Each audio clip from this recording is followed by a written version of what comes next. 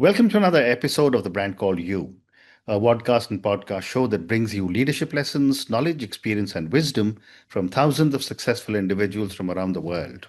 I'm your host, Ashutosh Garg, and today I'm delighted to welcome a very senior corporate leader, an accomplished professional, and an author from Oklahoma, USA, Mr. Paul Slater. Paul, welcome to the show. Hello, Ash. Great to be here today. Thank you. Paul is a principal and founder of the Paul Slater Advisory. He's the founder of Humanity Working and is an author of a book titled The AI Ready Human. We're going to be speaking about his book today. But before we come to your book, Paul, a few questions for you. Sure. You spent 3 decades at Microsoft in senior leadership roles. What early experiences shaped your belief that technology transformation is really about people and not about systems? Yeah, so actually, that came very, very early on. I was training people straight out of college on largely Microsoft software, but also just how to use computers. I was one of those trainers who was there literally as PCs were arriving, Mhm. I guess, under people's desks. They were too Yeah, big to be on people's I know, desks. I know, I know. And it was a fascinating time because it was two things going on at once. So number one, there was a large infusion of technology that was unusual for people. It was they were interacting, interfacing with it directly in a way that they'd never done before. But number two, you started to see the impact of it on those people. Hmm. It was literally only a couple of weeks in that I had what we referred to informally as my first crier. In other words, somebody who had come across this and thought, this is going to be the end of my career. Hmm. And so it was just then that I started to get very, very interested in, I would say, the interface between technology and the humans using it. When that's Hmm. working well, it can lead to extraordinary growth. When it's not working so well, it can lead to fear, resentment, and challenges, both in terms of the success of technology deployment and challenges for the people that the technology is affecting. Very well said. You've led global digital transformation initiatives and advised Fortune 500 executives. When did you first sense that AI would fundamentally change not just work, but the human experience of work? Well, I would say that would have been probably in the mid teens, Hmm. 20, like sort of 2016, 2017, something like that. Wow. Um, I had a very interesting role at that time. I was the global head of commercial strategy for life sciences. And as part of that role, I spent some time with the folks at Microsoft Research looking at some of the emerging work that was being done in AI, particularly around areas like machine vision. And I was also starting to participate in some think tanks around the impact of AI at places like Duke and Harvard and so on. And when you have that kind of role, you it's very fortunate you get to see like this sort of kind of window into the future. And it was the first time really Hmm. that I felt that AI in a meaningful way was starting to come out of the lab and starting to make some significant Hmm. shifts Hmm. and started to think seriously about what would be the use cases for AI. And it was around that time that you could start to see the pace of growth, Yeah. and you could start to see that something was just a little bit different here. Hmm. Now, I think what's really caused the world to wake up to that, obviously, was the emergence of ChatGPT. Hmm. Um, and I say ChatGPT specifically because obviously that was the first one Yeah. that hit us. And ChatGPT was launched, I think, on November 30th, 2022, and within 9 months, more than half of knowledge workers in the US had used it in some way, shape, or form. Correct. That's the fastest adoption rate of any technology Absolutely. ever. By a Absolutely. mile, by the way, by Yeah. a mile. Yeah. So at that time, that was sort of like the world voting on it. And you could really see at this point that this was something that was fundamentally different. And to your Mhm. point, Mhm. wasn't just changing the technology landscape. It was changing how people approach work. And I would argue right now is even changing to a certain extent how we think. Right. And so that is that's very impactful. Probably as impactful or more impactful than those PCs that arrived under people's desks. Absolutely. Well said. Let's come to your book now, Paul, The AI Ready Human. And I'm going to ask all our viewers and listeners to go and check out Mr. Paul Slater's book, The AI Ready Human. Paul, you say your book is not a book about AI, it is a book about being human in the age of AI.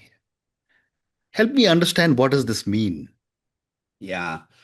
Um, I hope I think the easiest way to explain that is to talk a little bit about the journey, right? Um, when I started writing this book, it was actually came out of a sense of frustration. I saw um, GPT 3.5 launch. I saw that massive adoption that we were talking about. Mhm. And at the same time, what I saw was an explosion of what were called prompt engineering courses. And I even did a couple of them because I was curious to see how they were doing this, and I was involved very heavily myself in learning and development at that time. Mhm. And what I realized fairly rapidly was that how to structure a prompt was at most 10 to 15% of the set of capabilities that were needed if Yeah. people were truly going to thrive Mhm. with AI. Mhm. And it was presented as sort of the answer, right? The answer. If you can just ask it the right questions, then everything else works perfectly. Yeah. And so at that time, I began to study groups of people that were interacting with AI on a day-to-day basis. And what I wanted to understand was, were they thriving with AI on day one? Were they continuing to thrive 6 months later? Were they continuing to thrive a year later? Mhm. And what was working for the people that were working really well with AI, and what was Mhm. not working for the people that Right. were struggling in some shape or form. So the book came out of that, right? It's no technology is of that is at least human facing. No human facing technology is is fully useful unless it the relationship between the human and the technology is healthy. And so that was the that was how it ultimately came about. I Very didn't interesting. expect when I Yeah. started it that it would end up in the way that it did, but that's partly because I didn't expect to see the patterns that I saw in the people that I studied. Very interesting. Paul, you outlined four types of AI: Mhm. conversational, generative, co-pilots, and agentic. Which one, or which combination of more than one, do you think will most disrupt work over the next few years? Well, the easy answer to that is agentic, Hmm. because of course everybody's talking about agentic Yeah. in hushed tones, um, and I think that's probably partly true, um, but I think that what we're still trying to figure out Hmm. is what's the right combination Hmm. of of automated stuff Hmm. versus interactive. So, a really, really simple way of expressing agentic. Mm. is that it is basically a set of AI capabilities combined with a set of automation capabilities that allow the AI itself to be more autonomous in Mm. nature. And this is the this is the question that fundamentally we have to answer, which Mm. is, do we want or will it be fundamentally useful for teams and organizations to have the AI be significantly more autonomous, Mm. or will it be more useful to have humans in a more orchestrating capacity, as it were, and for the interaction between the AI and the human to be more interactive and Right. conversational? So I Yes. think it's going to be a combination of the two. Hmm. I think that there'll probably be some fairly spectacular failures along the agentic route that will cause us to pull back a bit here and there. Mm. But we have to understand that the more autonomy we give AI, the less agency we're likely to have as humans. So Mm. we have to try to get that balance right. Very interesting. You structure your book around seven capabilities, and I'll just read these out for my viewers and Mhm. listeners: readiness, organization, control, balance, motivation, resilience, and adaptability. Why did you choose readiness, focused energy as the first capability? Why did you want to start there? Well, I come back to the point. I don't think I chose it. The I know authors talk about this idea that sort of books start to write themselves, Yeah. but that was very much the case here, right? Mm. I started, as I mentioned, looking at people that were thriving alongside AI and people that were not, and I Mm. tried to pull myself out of it as much as I could, and just you know be a good scientist and see what was going on. Mm. And um, what I found as I was looking at these capabilities, the capabilities that you mentioned, all of which were in quotes strong in people that were working well alongside AI. Mm. Um, a sort of layering started to emerge. And so what I mean by that is that the if people were doing well in the lower layers, those lower capabilities, that enabled them, that acted as a springboard towards things Mm. like resilience and adaptability. But if they were doing poorly in those lower layers, then they never got that springboard effect. So Mm. in this case, we think of readiness as being, as you mentioned, your ability to bring focused energy to work. And that can come from everything from exercising well, eating well, Mm. sleeping well. All of those kind of things Mm. can lead to improved readiness. I wouldn't say it's often ignored. It's not ignored. There's an Mm. entire wellness industry or well-being industry centered Yeah. around that. But Yeah. what I think is ignored is the idea that everything else that we want to be able to accomplish in our Mm. work and in our Mm. lives Mm. depends upon that. And Mm. you can ignore it for so long, but the trajectory of your life looks different if you focus on readiness, your ability to bring focused energy to your work. If you focus Mm. on that, Mm. it will change the trajectory of your life. Very So interesting. that Yeah. was something that was what was believed by the people that really did thrive alongside AI, and it was Mhm. something that in many cases that they lived. So I felt compelled to focus on that first. Very interesting. You describe adaptability as the ultimate human superpower. Why is adaptability now more valuable than intelligence or experience? Mm. Well, yes, I firmly believe this, right? That adaptability is the ultimate human superpower. Yeah. And this is a shift. I love how you frame it, right? Because things like wisdom and experience and so on have always had their role, and they will Hmm. continue to have their role. But in a world which is changing faster and in more unpredictable ways Hmm. than ever before, relying solely upon that can actually lead you in some cases the wrong direction. Hmm.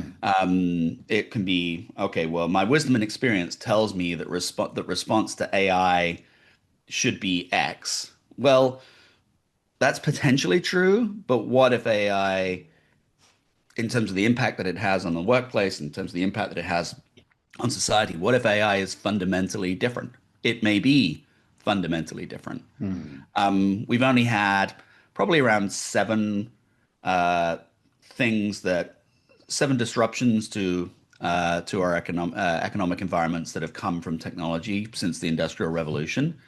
That's a small sample size, Hmm. right? It could be that this one is the one that, I don't know, leads to mass unemployment, for example. It could be that this one is the one Yeah. that that ends up being a tipping point for how economies work, right? Hmm. We don't know whether that is the case or not. But Hmm. what we do know is that the world in 2 years' time or 3 years' time is going to look very different than it does today. Yeah. Jobs are going to look very different. The skills we need are going to be very different. And so the idea of being able to be different as a Hmm. human is the thing that will lead us to survive and thrive. Very interesting. The other challenge I've seen and I've experienced it myself is one of hallucination. Hmm. Hallucination is one of AI's biggest risks. How can leaders and professionals build verification instincts without losing productivity? Oh, what a great question, because the way you frame it, verification instincts.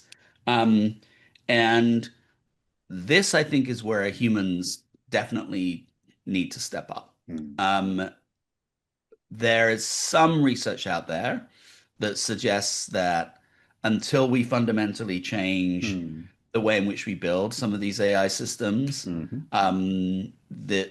that hallucinations are going to be with us for for some time and may actually be part of the built into the design of the systems, as it were. That's what I Hmm. mean when I say until we fundamentally re-architect them. Um, so given that hallucinations are going to be there, is the question is what do we do about it? Hmm. And the challenge for us as humans is that AI hallucinates in ways that are where our normal human responses don't uh, um, can't figure them out. Hmm. So if you had a human being who worked for you Hmm. who tended to make stuff up, you'd figure that out pretty quickly Hmm. and you would respond accordingly. And maybe Hmm. you wouldn't even have them on your team because Yeah. they tend to make stuff up. Correct. AI can be not hallucinating, not hallucinating, not hallucinating 19 times out of 20, and then suddenly hallucinate something. Correct. And then it will go back to not hallucinating Yeah. again. So, and it's not going to give you any signals necessarily that it's doing it. And then, secondly, related to that, we have a tendency to use AI for the things where our own, as a plug, a thing that plugs our own gaps. So, in other words, we tend to use it for situations where our own knowledge is a Hmm. little lower than it would be otherwise, which again diminishes our ability to be able to understand Yeah. that it is hallucinating. So the real things that we need to do, I think we need to think about how we build our teams, right? We need to think about much more about having multidisciplinary teams with a Hmm. lot of this is where knowledge and experience and wisdom and things do come in, right? We've got to make sure that we have the capabilities within our teams to be able to if you like, quality check the output of AI effectively. Hmm. And then we also need to start thinking in a much more probabilistic way ourselves, Yeah. because AI fundamentally is it's the core mathematical fundamental thing behind AI is probability. So we as humans need to learn to think more probabilistically, Hmm. um, move away from certainty, move towards clarity, and we need to develop, I would say, a form of healthy skepticism without judgment, Hmm. whereby we're not assuming that what we're being told is true. Well And said. this is tough because we we know from experiments at this point that as humans we tend to trust our technology even more than we trust humans. Mm. And so we need to develop that healthy skepticism towards the thing that is helping us. Amazing. Paul, if someone is listening today feels overwhelmed by AI, what are the first three practical actions they could take? The first thing I'll say before I answer that directly is that feeling overwhelmed is a natural and rational human Correct. response. Correct. And so I guess the first thing they should take is not feel bad about that. And it comes from, I explore this in the book a little bit, right? It comes from a bunch of different places. One of the Mm. places that it comes from is the idea that you are worried about the overall impact that this thing is going to have on your career. So do you want to lean into something when you're worried about what that the impact that it's going to have on your career? But then Mm. also there can be a sort of comparative thing going on whereby you look at everybody around you and they seem to be amazingly effective with AI, Mm. and you don't feel that you are, right? And so you feel like you're falling behind every minute that you're Mm. not, but you don't really want to be engaged in it. Mm. I think that the first the first thing I recommend, and the reason it's actually even day one in the book, is I recommend that people start to flip their mindset towards AI and their approach as to how they engage with Mm. AI. Mm. So on the first day, we you actually use because the book itself is a series of concepts and then a Yeah. series of exercises that people can do to embed those concepts. Mm. And on that first day, we look at um, envisioning a future you that is using AI. Mm. Um, so, what does the day one is called Your Job Won't Exist in 10 Years, and That's Okay. Right. And so we help using AI, we help the person look at their current role, imagine their future role, and understand what they need to build. Yeah. And that, for many of the readers of the book, that just that one exercise has been very, very transformational because now, rather than thinking of it being this thing that is sort of their enemy, they start to think of it as this is the thing that can A, help me help me have more impact than I could without it. Yeah. But B, and this is critical, help me figure out how to get there. Correct. And so I'd say almost the majority of exercises that we have in the book are exercises where you're using AI to help you figure out how to be a more effective human. Mm. That flips the relationship.